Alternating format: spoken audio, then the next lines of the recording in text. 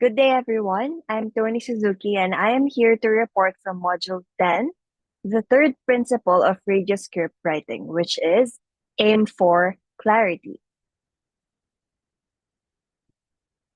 So, to begin, most radio productions start with a script.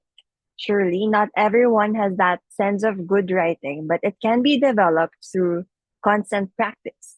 In this module, so we will find tips on how we can write for radio or for a radio script. So first, what exactly is a radio script? A script is a written material that contains dialogue as well as directions for music, voicing, and sound effects that must go into a program. It tells the announcer exactly what to say or do, as well as when and how to say it. So when we're writing for radio, we'll notice that it's not the same as preparing a letter, a report, or a term paper or research paper. Writing for broadcast has its own style or rhythm. And even if we are already good at writing reports or term papers or research, radio writing is a different challenge and it follows certain principles as discussed in this module.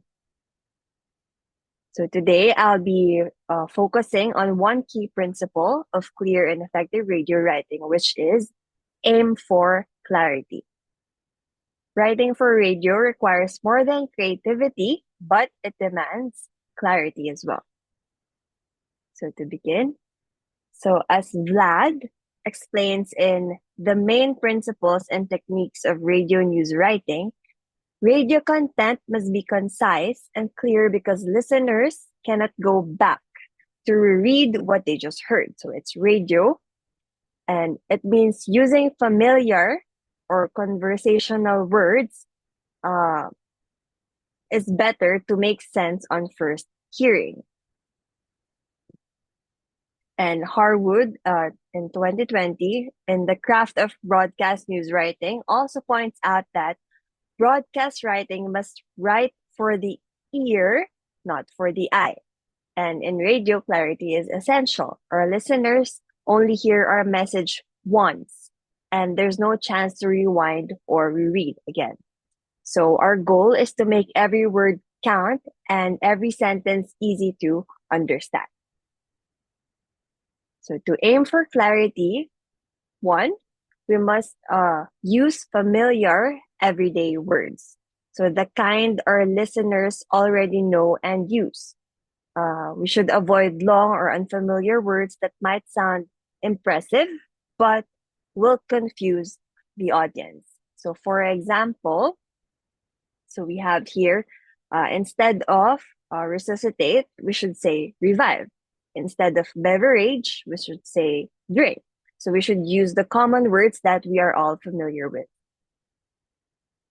Next, radio is conversational. It's not about showing off vocabulary, and it's about reaching people clearly and naturally. So we should also eliminate unnecessary words that make sentences long and heavy. So for example, instead of saying past history, we can just say history. Instead of saying a round shape, we can just say round. So we should avoid being redundant in terms of using words. So every extra word that we remove makes our message more precise and more powerful. Next, we should avoid abbreviations. So it's another important tip to maintain the clarity of the script. So listeners may not understand them. So not everyone are familiar with the certain abbreviations that we use. So, and also, since it's a script, announcers might misread or get confused as well. So they might have to figure out what it means before being able to say it, and that will disrupt the delivery of the script.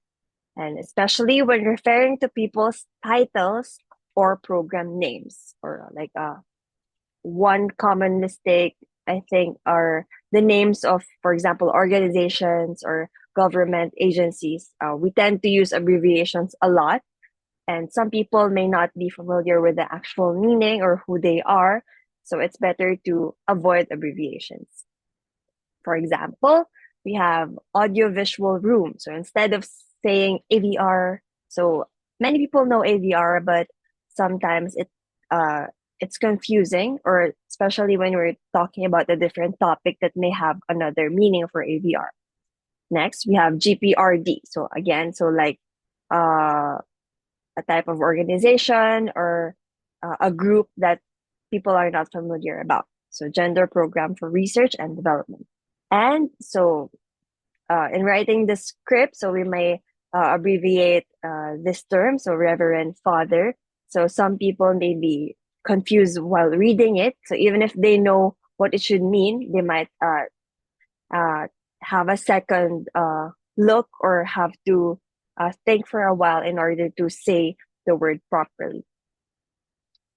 Okay, next. So since the third principle is pretty short, so aim for clarity. So let's test our skills on the simple A or B quiz. So let's have a quick test for our understanding. So I'll read two versions and pick which one sounds clearer for radio, although I'll be showing the sentences, so I think it's easier to pick.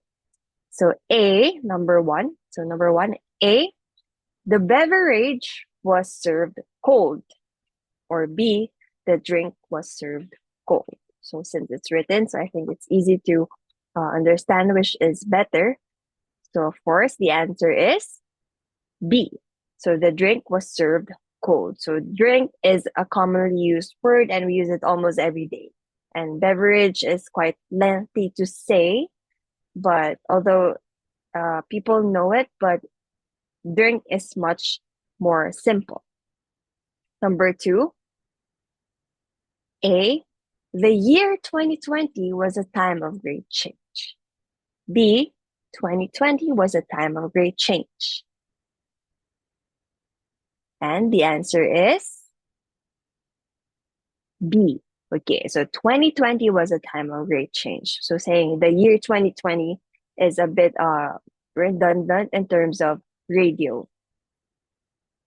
Number three, A, the rich man donated money to charity. B, the affluent man donated money to charity. And the answer is A. So the rich man donated money to charity. So it's direct to the point and it's something that we naturally say. So to be clear, we have to say things naturally and easier to listen to. All right. So to wrap up, so we must remember clarity is the heart of good radio writing. Writers should favor natural rhythm, short sentences, and simple phrasing so that announcers deliver the script smoothly. So together, these sources emphasize the clarity in radio writing is not just about correct grammar, but it is about accessibility. So use words that our audience understands and eliminate extra clutter and avoid abbreviations that could confuse. So especially those abbreviations that are not common knowledge. And in radio, so what matters most isn't how sophisticated you sound, but it's how clearly your message is heard and remembered. So always aim for clarity because in radio, a message that isn't clear isn't heard. All right. So that ends my discussion. So here are my discussion points. Number one, in your own words, why is clarity an important aspect in radio script writing? So in your own words, so please explain. So from what you have learned in this module, and try to aim for clarity when writing your answer. And number two, do you think that too much clarity or too much aiming for clarity risk oversimplifying the message or talking down to the audience? So try to explain so why you think that is so, and please don't forget to cite your reference, if any. And that ends my discussion for Module 10, Principle 3, aim for clarity. Thank you.